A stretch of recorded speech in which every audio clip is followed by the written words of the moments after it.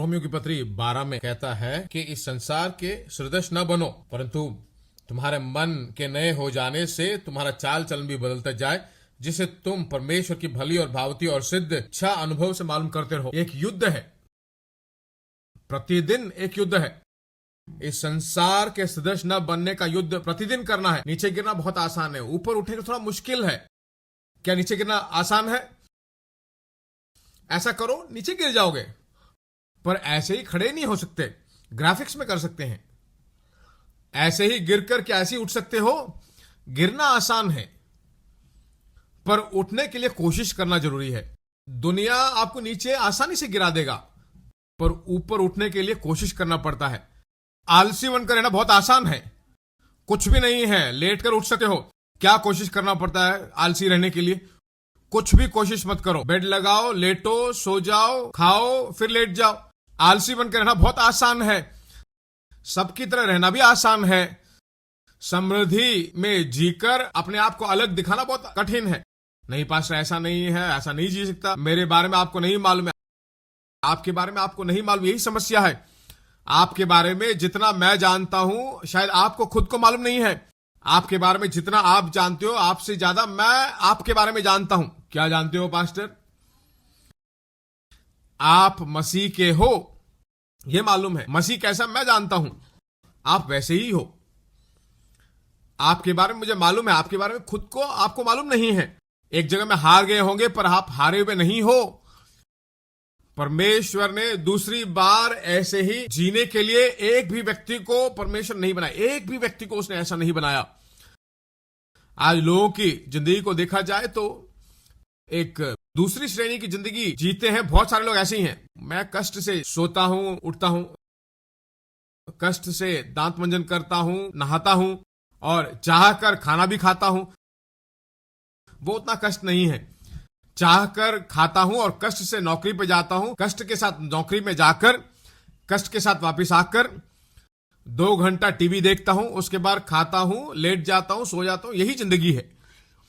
ऐसी जिंदगी नहीं जी रहे, फिर कैसे? क्या पैसे को किसी भी तरह हड़प कर, इधर उधर दबाकर? ऐसा नहीं, एक विचार के साथ जीना चाहिए।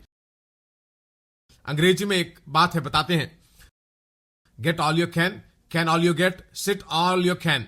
जो कुछ तुम्हारे पास है उसे हड़प लो, और जो कुछ हड़पा है उसको बोरिया बस्तर में बांधकर संभाल लो और उसके ऊपर ही जाकर बैठ जाओ। यह एक अंग्रेजी कहावत है। ऐसा जीने के लिए कह रहे हैं? नहीं, ऐसा नहीं। मैं कहता हूं मकसद में जिए। मेरे परिवार में कोई भी ऐसा नहीं। मैं कहता हूं आप जिए ऐसे। आपके परिवार में जितने भी लोग हैं, उनमें आप में एक बहुत बड़ा अंतर होना चाहिए। 10 लोगों के साथ जन्मे हैं, आपको अलग दिखना चाहिए। काम करते वक्त बाकी सभी लोगों से ज्यादा आपको अलग दिखना चाहिए। क्यों अलग दिखाई देना चाहिए? क्योंकि आपके अंदर परमेश्वर की आत्मा वास करता है। आप पुराने पापी नहीं हो, बल्कि नए धर्मी हो, परमेश्वर के बच्चे हो, मसीह के खुद के हो, मसीह के संगे वारिस हो। यह सोच आपके मन में शासन करते करते आपकी जिंदगी बदलने लगती है। पहचान बदल जाता है। यहां पर आते हो तो क्या बोलता हूं? आपकी पहचान के बारे में ज्यादा बोलता हूं, मालूम है क्यों? हर बार जो है तुम मसीह के बच्चे हो, धर्मी हो, क्यों बोलता? क्योंकि वही आपकी पहचान है। क्या पहचान टूट गया है? जय नहीं प्राप्त कर सकते। इस जगह में देखिए, गौर कीजिए। इस जगह में आकर जो कुछ भी मैं प्रचार करता हूं उसको सुनोगे नहीं, बल्कि गौर से सुनोगे। कहा गया ना, जिसके कान है वो सुन ले। ये कान और ये कान गौर से अगर सुनोगे, ऐसा मुझे जीना नहीं है, वो सोच आपके अंदर आ जाएगा।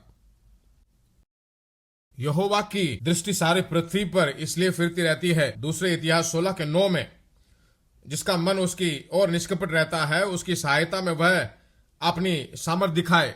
कोई एक्सेलेंट स्पिरिट में है, कोई महात्मा है, कोई इधर उधर है, उसको लगातार देखता रहता है। देखते ही तुरंत संपत्ति उसमें ट्रांसफर कर देता है। देखकर उसे बोलता है कि 100 करोड़ इसके हाथ में देकर चले जाओ। देने के बाद तुम उसके गले मत लगाओ। नहीं, परमेश्वर की इच्छा है, परमेश्वर की योजना है। परमेश्वर अपार रूप से आपसे प्रेम करता है। आप मनमानी से नहीं जी सकते हो। क्या आप में आनंदित होंगे? नहीं। बच्चों को ड्रेस करते हो भी ऐसा मत डालो, इस पैंट के लिए ये शर्ट पहनो। क्यों? ऐसे जाने से मेरे अंदर चाहत है कि मेरा बच्चा ऐसा जाए। मैं उतना अच्छा नहीं हूं, पर वो बहुत ही अच्छा है। दुष्ट व्यक्ति होकर मैं अपने बच्चों को इतना काम करवाता हूं, तो स्वर्गीय पिता आपको कैसे जीने लायक बनाएगा? ऐसा मत जाओ, ऐसा जाने से अच्छा रहेगा, सोचेगा। नहीं पास्टर, हमारे परिवार में ऐसा कोई अच्छा सर उठाकर नहीं जिया है। आपके परिवार में कोई ऐसा सर उठाकर नहीं जिया होगा, पर इस परिवार में सब जो है बहुत बड़े लोग हैं, कामयाबी उन्होंने पाया है। तो आपको कैसा होना चाहिए? पुराने परिवार को भूल जाए, नए घर को देखिए, नए परिवार को देखिए, सोचिए उसके बारे में। है ना? है कि नहीं?